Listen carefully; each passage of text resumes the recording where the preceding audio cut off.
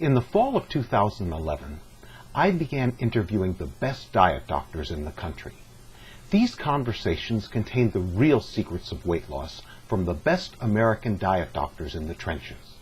I asked everyone the same two questions. What do you think happened that we got so fat? And what are the best things you do that help patients lose weight? So damn fat. Wow. Boy, I'd like to tell you there's one easy answer. The problem is, I think that for each individual, there's multiple answers. But I think the problem as a whole is we started believing somewhere, somehow along the way, that only fat made us fat. For one thing, we've markedly increased our portion sizes. If you look back at the 50s and 60s, for example, soda was typically in 6-ounce bottles. I can remember growing up when it went from 6-ounce to 8-ounce bottles, but now it's common to get it in from 12 to 20 ounce containers, or we go to the convenience store and buy the super size of that. I can remember going into the first fast food restaurant that I'd ever seen, and at that point, they only had one size burger. It's the size that goes in the kids' meal now. I think that people are very stressed and very stretched. And by stress, there's a lot of financial pressure. There's a lot of pressure at the job. I think there's a lot of family pressures. So people feel like they have just a lot going on and they don't really have a lot of time for themselves. There's more fat children now. And I think there's more morbidity, high blood pressure and so forth from obesity than we saw before. And it just seems to be rampant in how it's growing. It's hard to keep up with. And what happened, I think, back in the 60s, a little discovery happened.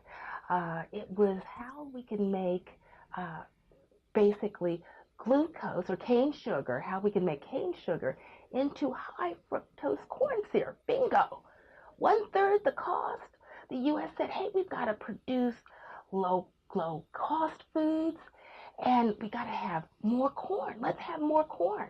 In fact, don't they use corn to fatten up animals before they get slaughtered? The food was different, the activities were different, the home life was different. Almost everybody had a father at home. Now you've got single parents. The kid's not supervised. His parent is the neighborhood itself, and sometimes not such a good parent. I grew up in a family of health food nuts. My grandfather grew soybeans in the basement and corresponded with Adele Davis, the pioneer of the American health food movement. My mom fed us soybeans, tofu, tempeh, and seitan. You can go ahead and Google them. While the neighborhood kids ate Wonder Bread, chocolate milk, and Twinkies. Now we're in the middle of an international obesity epidemic caused by Wonder Bread, chocolate milk, and Twinkies. When I was a first grader, or in my early educational years, my parents were taught that Pop-Tarts was a healthy breakfast because it was low fat.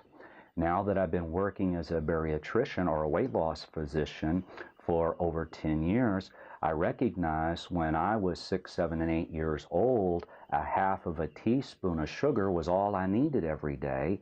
However, my parents were feeding me 10 teaspoons of sugar with breakfast because they were taught it was low fat. Therefore, Pop-Tarts were going to be healthy for me. My body handled it as long as it could, and eventually I started gaining abdominal fat because I was eating too much. Specifically, I was taking in too much sugar. We've decreased our protein intake and relatively increased our carbohydrate intake. That would be okay if we were talking about increasing fruit and vegetables, but that's not what we're doing. We're talking about increasing the kind of carbohydrates that are metabolically unfavorable to us from a weight standpoint. The particularly processed starch and sugar type carbohydrates has increased dramatically during that period of time. and especially the number of calories that are consumed in liquid. So the amount of calories that come from sodas, for example, from sugary drinks and fruit juices, has markedly increased compared to what it was in the old days.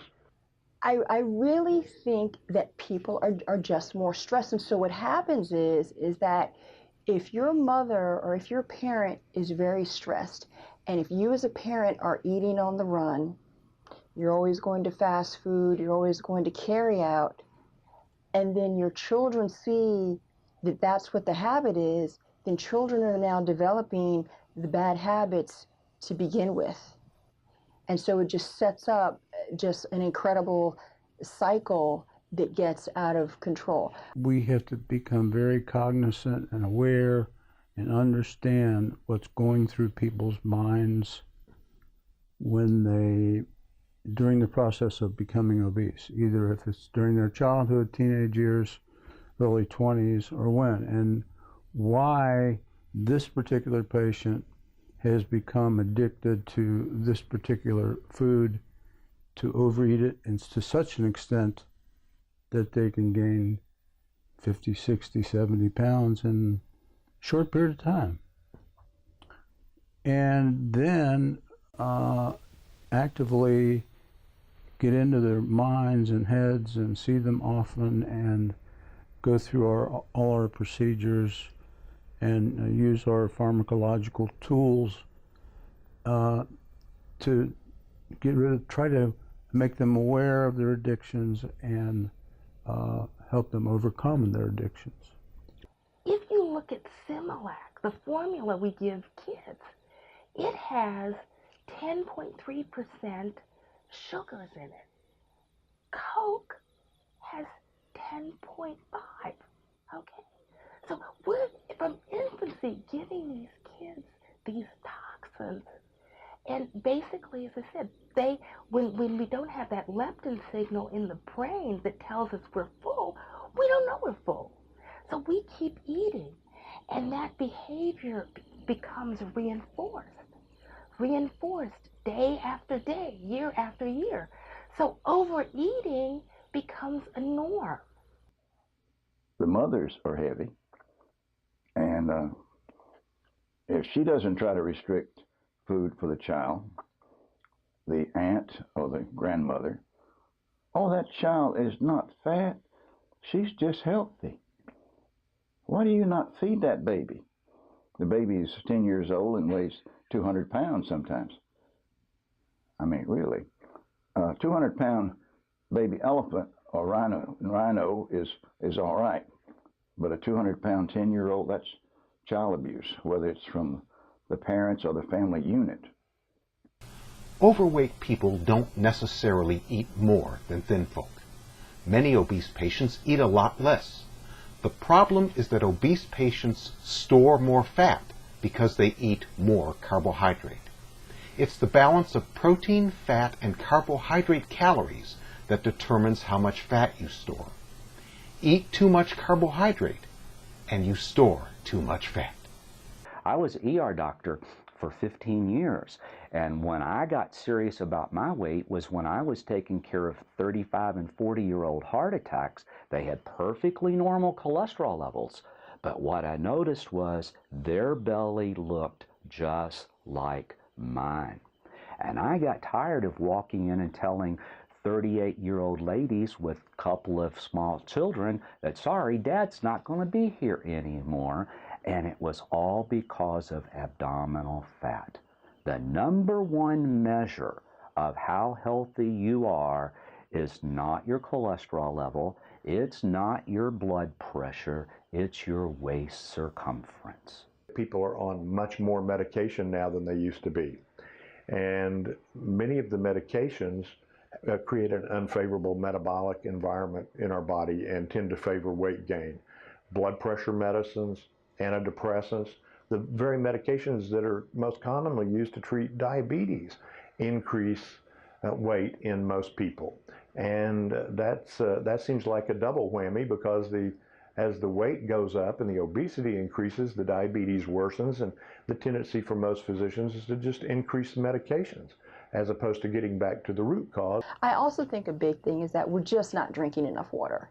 I really think the water is part of the magic of not only getting weight down, but keeping it down, because it keeps everything moving, and it keeps the body hydrated. And if you're replacing, instead of doing water, you're doing a lot of sodas, you're doing all of these flavored drinks that they claim has, no calories in them, but it seems like whatever chemicals they're using to flavor these drinks, it doesn't go well with our body. Well, it's not only just lack of exercise, it's particular food addictions.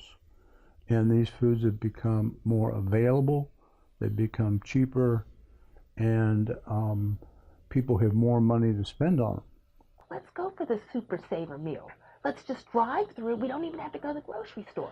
We can eat out of those containers. We don't even have to wash dishes, And we can, by the way, eat out of those containers that may contain toxins, may contain plastics like the phthalates, bisphenol that lines drink containers.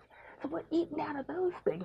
We're microwaving in containers, that fast food, that basically those things, those toxins are also secreted. So we're getting hit everywhere. So basically you've got a situation where it's culturally acceptable for the woman to be heavy. In fact, it's desirable. If she's overweight, she's not going to leave you.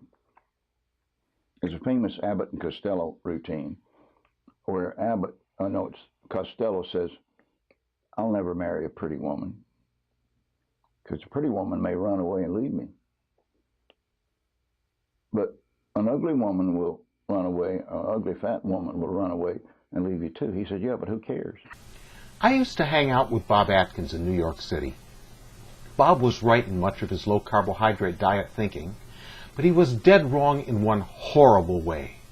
I cannot overstate the amount of damage that Bob did to the American diet mentality with his insane notion that you can eat as much dead animal and adipose tissue as you want and lose weight.